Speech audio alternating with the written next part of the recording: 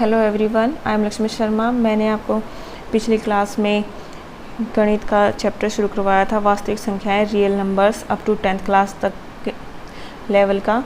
ठीक है, ये एसएससी चंडीगढ़ के एग्ज़ाम के लिए हम सिलेबस कर रहे हैं। इसकी आज क्वेश्चन नंबर 14 को सॉल्व करेंगे।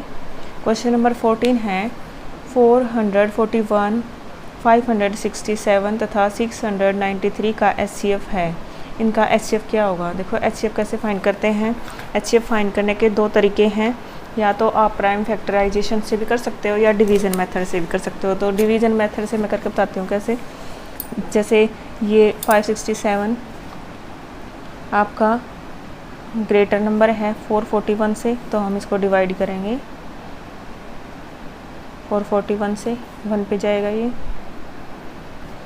यहाँ से 7 में से 1 गया 6 में से 4 गया 2 और 1। फिर 441 को यहाँ पे ले आएंगे, फिर 1, फिर अब ये 3 पे चलेगा। 3 6 जा 18, 3 2 जा 6 और 1 7, 3 1 जा 3। यहाँ से आएगा आपका 3 और यहाँ 13 में से 7 गया 6। फिर अब इसको यहाँ ले आएंगे 126 को। ठीक है, ऐसे डिवाइड करते चले जाएंगे जब तक हमारा रिमाइंडर 0 नहीं आ जाता। अब 63 2 जा 126। अब यहाँ से हमारा ये नंबर आ गया 63। अब 63 को हम डिवाइड करेंगे 693 को।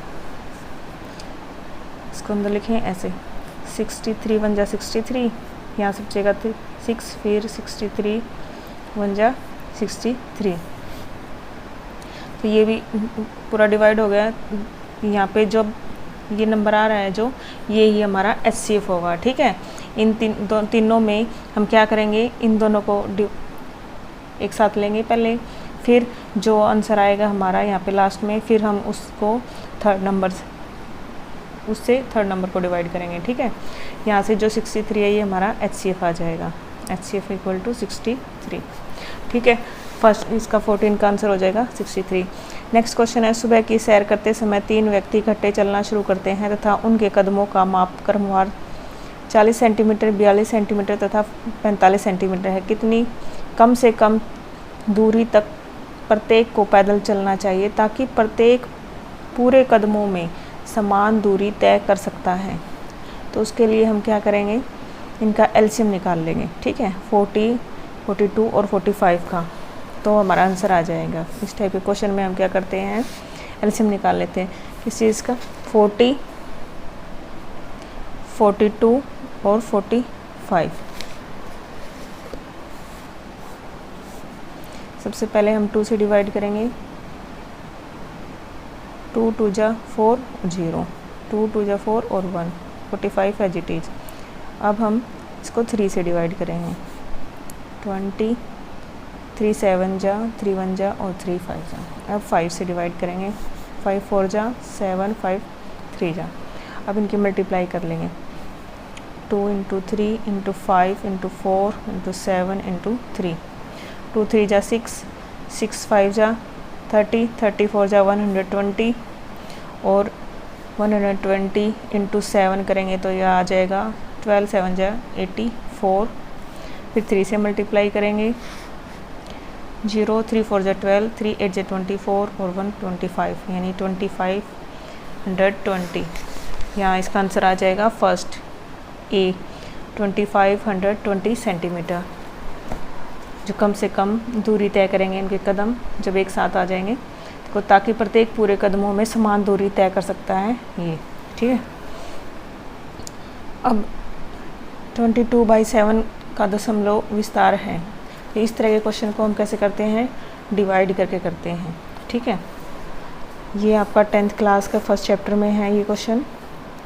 22 को 7 से डिवाइड करेंगे और हम बताएंगे कि ये किस तरह का दशमलव विस्तार देता है। ठीक है, जैसे 7 को डिवाइड करेंगे, 7 1 जा 7, जब तक हमारा रिमाइंडर आता जा रहा है तब तक हम डिवाइड करते रहेंगे और चेक करेंगे कि रिमाइंडर 0 आ रहा है या नहीं आ रहा है। ठीक है, 7 3 जा 21, यहाँ से 1 बचेगा, फिर पॉइंट लगा के हम 0 उतार लेंगे। ठीक है, फिर 7 1 जा 7, फिर यहाँ से 3 रिमाइंडर बचेगा, फिर 0 लगाएंगे, फिर 7 4 जा 28, फिर यहाँ से आ जाएगा 2, फिर 0 लगाएंगे, 7 2 जा 14, यहाँ से बचेगा 6, फिर 0 लगाएंगे, 7 8 जा 56। ऐसे डिवाइड करते रहेंगे यहाँ से 4 जब तक हमारा यहाँ पे नंबर रिपीट ना हो जाए।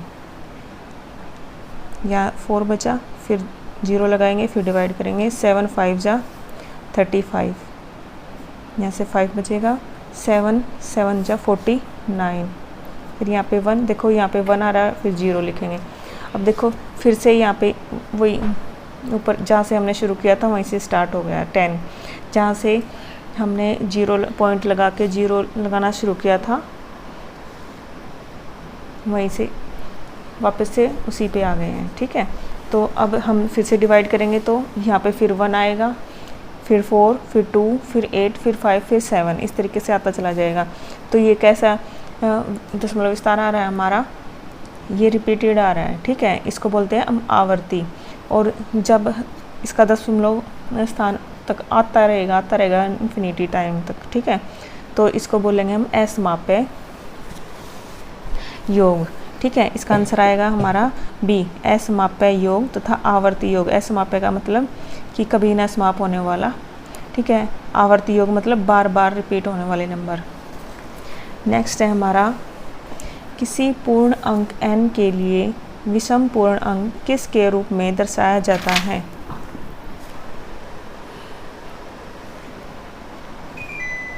किसके पूर्ण अंक n के लिए विषम पूर्ण अंक करके रूप में दर्शाया जाता है? देखो यहाँ पे हमने n नंबर दिया हुआ है और वो किस फॉर्म में हमारा विषम नंबर देगा वो बताना। देखो n तो आंसर होगा नहीं, क्योंकि n हमारा क्या पूर्ण अंक है। पूर्ण अंक हमारा ओड भी होता है और इवन भी होता है, सम भी होता है और विषम भी होता है, तो ये होगा नहीं। ठीक है, ऐसे ही यहाँ पे देखो अगर हम n की जगह ओड और इवन नंबर लिखेंगे तो एक बार ये आंसर हमारा ओड देगा, एक बार इवन देगा। जैसे हम अगर 1 लिखेंगे तो 1 + 1 क्या हो जाएगा 2, तो विषम अंक नहीं दे रहा है। ठीक है, तो ये नहीं होगा हमारा आंसर। अब जैसे ये डी है 2n क्या होता है हमारा, यहाँ पे कोई भी नंबर ले लें n की जगह, वो 2 का मल्टीपल ही होगा, और 2 का मल्टीपल कैसा होता है, इवन होता है। ठीक है, अब ये रहता है जैसे 2n हमारा इवन नंबर देता है, क्योंकि 2 का मल्टीपल क्या होता है, इवन नंबर होता है। तो उसमें अगर हम +1 करेंगे तो वो क्या हो जाएगा, ओड नंबर हो जाएगा। तो ये हमारा आंसर आएगा। अब 18 क्वेश्चन है, 26 तथा 91 का HCF है। जैसे हमने ऊपर वाला क्वेश्चन किया था 14th, वैसे ही इसको करेंगे। हम 91 को 26 से डिवाइड करेंगे। 91 को 26 से डिवाइड करेंगे। 26 3 जा 78, यहाँ से 11 में से 8 गया 3, यहाँ पे 8 में 7 गया 1। अब इसको यहाँ ले आएंगे, 13 2 जा 26, तो यहाँ पे हमारा HCF आ गया 13। तो यहाँ HCF क्या होगा आपका 13 आंसर हो जाएगा। ठीक है, तो यहाँ पे आंसर है इसका 13। अब नेक्स्ट क्वेश्चन है 19, निम्नलिखित में कौन अपरिमेय नहीं है? अपरिमेय नहीं है बताना हमें। ठीक है, देखो ये किसी भी नंबर में यानी जो पूर्ण संख्या है उसमें अगर हम अपरिमेय जोड़ते हैं तो अपरिमेय ही होता है, तो ये अपरिमेय होगा। अगर पूर्ण अंक में अपरिमेय को माइनस करेंगे तब भी हमारा अपरिमेय ही आता है। ठीक है, और ये मल्टीप्लाई करेंगे अगर किसी पूर्ण अंक के साथ तब भी अपरिमेय ही आता है। अब ये देखो इनको सोल्व करेंगे तो हमारा क्या आ जाएगा, परिमेय नंबर आएगा। ठीक है, प्रॉपर नंबर आएगा, पूर्ण अंक आएगा। देखो कैसे, जैसे इन्होंने क्या दे रखा है 3 + √7 और 3 - √7। आप इनको मल्टीप्लाई करोगे तो क्या हो जाएगा, ये देखो ये इसको हम a मान लेते हैं, इसको b, और ये a - b। तो यहाँ से हमारा फॉर्मूला बन रहा है a² - b² का, यानी कि 3 का स्क्वायर - √7 का स्क्वायर, और √² से कैंसिल हो जाता है। और 3 का स्क्वायर 9 - 7 यहाँ से आ गया 2 क्या हमारे एक पूर्ण संख्या है। तो हमारा ये आंसर क्या हो जाएगा, ये एक अपरिमेय नहीं है, तो ये हमारा आंसर होगा। ठीक है, सी। एक परिमेय संख्या तथा एक अपरिमेय संख्या का योग समान है। देखो एक परिमेय संख्या है, एक अपरिमेय, अगर उनका योग करेंगे तो क्या मिलेगा हमें, अपरिमेय संख्या ही मिलेगी। जैसे हमने इसमें फर्स्ट में पढ़ा था ना, इसमें हम कभी भी किसी भी पूर्ण अंक में या परिमेय संख्या में अगर अपरिमेय को ऐड करेंगे तो अपरिमेय ही आंसर आता है। अब नेक्स्ट है आपका 21 दो अपरिमेय संख्याओं का गुणनफल। तो परिमेय भी हो सकता है, अपरिमेय भी हो सकता है। देखो जैसे दो अपरिमेय संख्या आपकी हैं, मान लेते हैं √3 को √3 से मल्टीप्लाई करें तो हमारा आंसर क्या आता है, 3 आता है, तो वो क्या है, परिमेय है। अगर हम √2 को √5 से मल्टीप्लाई करेंगे तो क्या आएगा, √10 आएगा। ठीक है, तो हमारा इससे परिमेय नंबर भी आ सकता है और अपरिमेय नंबर भी आ सकता है। ठीक है, दोनों ही आ सकते हैं। यदि set A 1 2 3 4 5 up to infinity दिया गया है तो यह दर्शाता है ये एक प्राकृतिक संख्याएं हैं। ये क्या है, नेचुरल नंबर हैं। जो हमारी 1 से स्टार्ट होती हैं वे कैसी संख्याएं होती हैं, वे प्राकृतिक संख्याएं होती हैं। यदि P तथा Q पूर्ण अंक हैं तथा इनको P/Q के रूप में दर्शाया जाता है तो ये क्या होते हैं, ये परिमेय संख्याएं होती हैं। ये रेशनल नंबर होते हैं P/Q की फॉर्म में। ठीक है, वह छोटी से छोटी एक संख्या क्या है जो 1 से 5 तक सभी संख्याओं द्वारा भाग देने योग्य है। तो इसमें हम क्या करेंगे, 1 से लेके 5 तक के सभी नंबर्स का एलसीएम निकाल लेंगे। एलसीएम निकालने के बाद जो आंसर आएगा वो हमारा आंसर हो जाएगा। देखो यहाँ पे मैं एलसीएम ले रही हूँ 1 से लेके 5 तक का। 1 2 3 4 5, पहले 2 से डिवाइड करेंगे, 2 1 जा 2, 3 2 2 जा 4। अब सारे अलग अलग नंबर हैं तो 2 मल्टीप्लाई कर लेंगे, 2 3 जा 6, 6 2 जा 12, 12 5 जा 60। तो हमारा यहाँ पे आंसर क्या आ जाएगा, 60। ये आंसर आ जाएगा 60।